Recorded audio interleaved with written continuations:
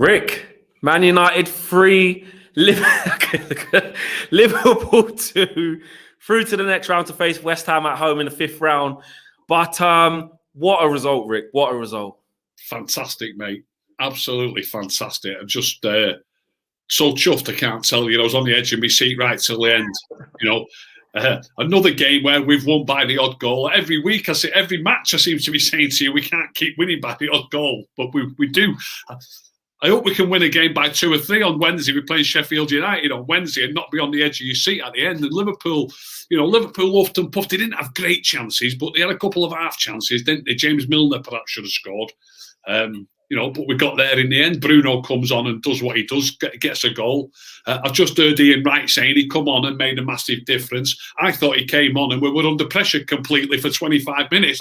I don't think there was any difference made apart from the fact that he scored the free kick. Do you know what I mean?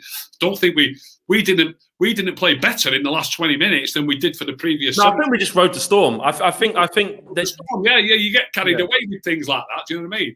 And then obviously it was a bit of a soft free kick, wasn't it? But it was, we got the free kick and he stuck it in brilliantly. It was a great free kick. Yeah. So absolutely over the moon. But like I say, we're just right on the edge of. We're flying back. We seem to be flying by the seat of our pants every week, don't we? To be fair, that's Liverpool today. But it was the same against Burnley. It was the same against Fulham. You know what I mean? Fulham could have equalised in the last minute. How long it can keep going, I don't know. But long may it continue. Is that not proof? I don't get it. I can't put me. If you're going to say exactly, I know what you're going to say. Is that proof that they've got the spirit? It was nothing to do with spirit that Bailey's knee sent the ball wide of the post instead of inside the post, was it? You know what I mean? Yeah. No, but what I will say is this: look. I think you can look at some negatives in terms of defensively, to go 1-0 down, especially you look at the goal that we conceded. I thought before that goal, we looked really bright. I thought we looked dangerous. I thought Marcus Rashford, for the criticism that he can sometimes receive for not making the right decisions at the right time, I thought it was really good today. I thought it was excellent today. Gave Trent a lot to think about down that left-hand side, alongside with Luke Shaw on the overlap. Absolutely brilliant, those two. And we looked dangerous, but I think we didn't control the midfield at any time. I think we kept giving away silly passes. McTominay gave away silly passes. Pogba gave away silly passes. And it started in my head, I'm thinking, get McTominay off, put Matic on. Like, just do it. Like, I just couldn't believe it that we wouldn't do it again. But does it show you, though, that that's Liverpool, like you said, and I know they're in a bad moment, but we still looked very dangerous on the ball and kept creating, Rick. Yeah, we do look dangerous, without a doubt. But, I'm a fan of... I'm a fan of possession football and being able to drag the opposition all over the place. And it's not working for Liverpool at the minute. Obviously, it hasn't, but it's worked brilliantly for them for 3 seasons, hasn't it? And I don't know what the possession stats are today. Maybe it's just because it's us against Liverpool and I'm feeling a bit more nervous about a game like that. But I get the feeling that they had more of the ball and stretched us more than we stretched them, but we managed to hit them on the break. No, I think the second half, after we started the second half really well, got the goal, then after they scored, again through naivety, Cavani, he started off giving it away there. Scott's out of position. We couldn't recover from that. But in that period there, that 15 minutes after they scored that set to get it 2-2, we were quite fortunate. I think we had to ride it. I think Salah on a different day could have scored. But we do ride these moments well, and that's a consistent theme. Our mentality and confidence is so strong, Rick. Yeah, like I just mentioned about the other night, you need a little bit of luck to go. I do get what you're saying, and I do agree with you, but don't just think that sometimes luck goes your way, and how can I put it?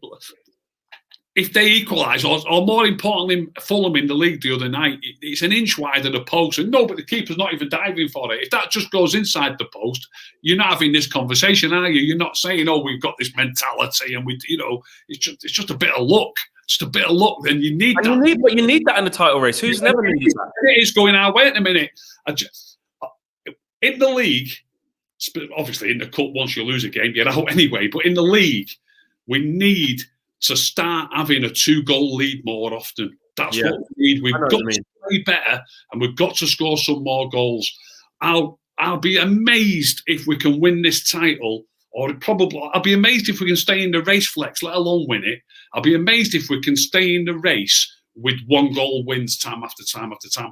I just can't see us hanging on to those 1 goal wins. Or on some occasions, it's a late goal like against Villa. We nicked it with a late goal, didn't we? So you're nicking it with a late goal. Nicked it loads. or you're hanging on for grim death. And don't get me wrong, I'd take it. If you could say to me, no, it's going to be fine, we'll win every match by 1 and we're going to win the league, I'd go, great, okay, don't. You know what I mean? But I just can't see how that can continue. I just can't. If you look at league title winners, look at City the year before last and Liverpool last year, they win loads of games by 2, 3 and 4-0, don't they? I want us to start playing like that and winning some games 2, 3 and 4-0 and at least not having your heart in your mouth every match. Do you know what I mean? And that's why I don't think it can continue going like that. And as I just said as well, don't get me wrong, this was Liverpool today. I'm not expecting us to beat Liverpool. Exactly. Yeah. I'm not expecting us to beat Liverpool by 2, 3 or 4-0. But I would like it against some of the lower teams for us to have a bit of breathing space rather than being tight like it has been recently. Yeah, well, because even against Sheffield United last time it ended up 3-2. Yeah. So, you know, hopefully we can put that right. A good save in injury time. Yeah, hopefully we can Hopefully we can put that right on Wednesday night. Rick, Mason Greenwood, look, needed that goal today. Had a couple of opportunities beforehand. Yeah. Some saying he was greedy. I saw it as, you know, sometimes like you say, you got to give credit to the opposition. The second chance he had, we looked like he could have squared it back to Van der Beek. I think the defender Williams was just in a really good position to cut it out. But he kept persevering. Great ball for Marcus Rashford and really well taken on Mason's, whatever his weaker foot is, who knows. But, you know, a good goal for him and a real confidence booster for him today, man. He took it brilliantly. A lovely touch. Right foot, right in the corner. It is his slightly weaker foot, definitely. And he took it brilliantly. And like you say, he did need it. On them couple of times where he ran in, I saw Cavani moaning at him again. He really I mean, Cavani's a proper team player. You can see by his work. Yeah. I mean, Cavani had a great game again. And he's coming up 34, Cavani, isn't he? He's the 3rd highest scorer in Europe in the last. But he's the 3rd highest scorer in Europe, Flex. Plus he plays for the team. These young lads need to learn from that. Play for the team and the chances will come your way. You know, on another day, he cuts that back. It hits a defender, comes back to him and he smashes it in the net. Do you know what I mean? Different things can happen for you if you do the right thing. You need to do the right thing more often. Yeah, and I think, do you know what, Rashford? I think he done that today. I think he was bright. He laid in Luke Shaw a couple of times, crossed at the right time, and just before the end of the first half, he skipped past. I think it was Williams, didn't he? Skipped past him, but then when he cut inside, instead of just taking the on our side and he made it to Pogba that day at that time, and Pogba had a shot. There you go. So I think we've got to give him his flowers today because I know certainly the way you look at the game, you want players to make consistent decisions or the right decisions. Yeah. And Marcus Rashford tonight certainly done that. He made better decisions, definitely. Yeah. Definitely made better decisions. I'm not as over the moon as they're all raving about him on the TV. He did make better decisions, but you're going to think now you're just picking on him. But to me, he's holding on. He's making good decisions, but taking a bit too much time about it at times. Do you not think? I see him holding the ball a few times, and then knocking it a little bit later than he should have knocked it. I don't necessarily hate that though, especially with Rashford, because for me, what frustrates me is doing it the other way around, is rushing and not thinking about it at all. Yeah. If you want to take a couple of extra seconds to make the pass, that's fine, especially when he's been such an outlet in that game. Like, without him today, putting in that type of performance. I always say this. When you say without him today, if he wouldn't have played, we wouldn't have played with 10. We'd have played something else. Do you know what I mean? So that's what I'm saying with him putting in that performance like that without such and such a body. If somebody else plays, you play in a different manner. It's like Van der Beek played. But what did you make of his performance today? Oh, he played perfectly fine. People don't realise that just getting good touches time and time again, it helps the team and it helps you to move forward. And he played perfectly fine. There was no need to sub him, but Bruno comes on, does what he does. Fantastic goal. And great goal for CAVANI as well, by the way. Yeah, great. Yeah, it was. CAVANI hit the post with that header. Yeah, great. What a goal from Bruno. And I think I agree with you there on Van der Beek, though, because I said to Mark he just did the right thing time after time after time, and I like players like that. And I thought he was playing perfectly fine. It was 2-2, wasn't it, when they took him off? So we had scored 2 goals. It's not your camera down a little bit, Rick. Get in the middle a sec. Yeah. It's not it's not often we score 2 goals, let alone 3 against the big. In fact, I don't think we've scored 2 goals. We've hardly scored 1 goal against have we? We've got 1 against Spurs, none against Chelsea, none against Arsenal, none against City twice, none against Liverpool. In fact, I think we scored 1 goal against the big 6. Yeah, we have. In 5 or 6 games. So there's a point. I'm fed up of hearing Gary Neville and Paul Scholes on different programmes saying if Bruno doesn't play, we can't score a goal. We've not played him today. We've scored twice against the big 6 in an hour. Yeah. Twice against Liverpool in an hour compared to once in 6 games. Do you know what I mean? Like I always say, Flex, we've got good players. We will score goals. We can make, we've got to get more of the good players playing more often. I'm not saying that Bruno can't play and can't score goals. I'm just saying, don't be panicking about if. I always say this about him being subbed. All he needs to realise is if that game was 2-2 with 20 minutes to go and Van der Beek was on the bench, he wouldn't be taking Bruno for bringing Van der Beek on, would he? But look at what's happened with Van der Beek playing. We've scored twice anyway. Do you know what I mean? Don't worry about it. Start changing it up a little bit. Okay, fair enough. I mean, but what feeds into that though is, and I know this is probably going to get against your thinking, but also Bruno keeps proving his worth in weight though, his weight in gold. For me, I can see the frustrations of he might give it away here, give it away there. But you take Bruno out of that number 10 position, which is what's got us to first in the league. He has him playing in that position consistently for other factors, yes, but he's been a massive part of getting us and I know you say you don't care who gets the goals. He has done that. He's done that. Well, it is working. He is getting goals and assists. All I'm saying is in the games where Van der Beek's on the bench, he needs to give him more game time in that position. He plays perfectly fine. We're not weaker. It doesn't, like you just said there, Bruno's getting the goals. But as I've just said, we've just played Liverpool. We scored twice with Van der Beek in the number 10 role. We can't score goals against the big 6 teams normally. And look, I've been a bit churlish here. I know we got a goal when Bruno come on. It was a free kick. We got 2 goals in open play while Van der Beek was on the park. You know what I mean? Yeah.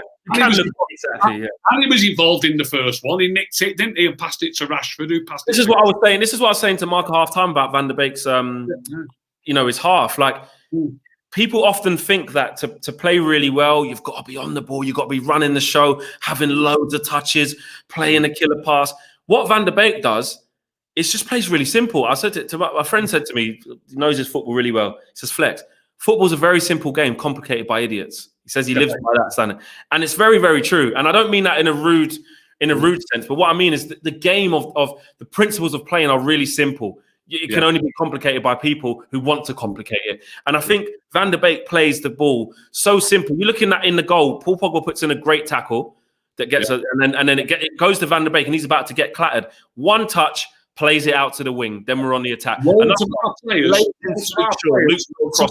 there, hoping to pass it second touch. There you go. Our players. Van der Beek doesn't even take a touch. It's not one touch and pass. His actual touch is a pass. And he plays the right way. He's just a quality footballer. He's a quality. 100%. But, Rick, you talk about our confidence continuing to grow. I mean, it's not in the league, but in terms of psychology, we're 6 points ahead of Liverpool, where to the point where we're now starting to turn our attention, and rightly so, to the City and the Leicester. They're on our heels. But psychologically, another loss for Liverpool. They've got a difficult run. Their next game, Spurs.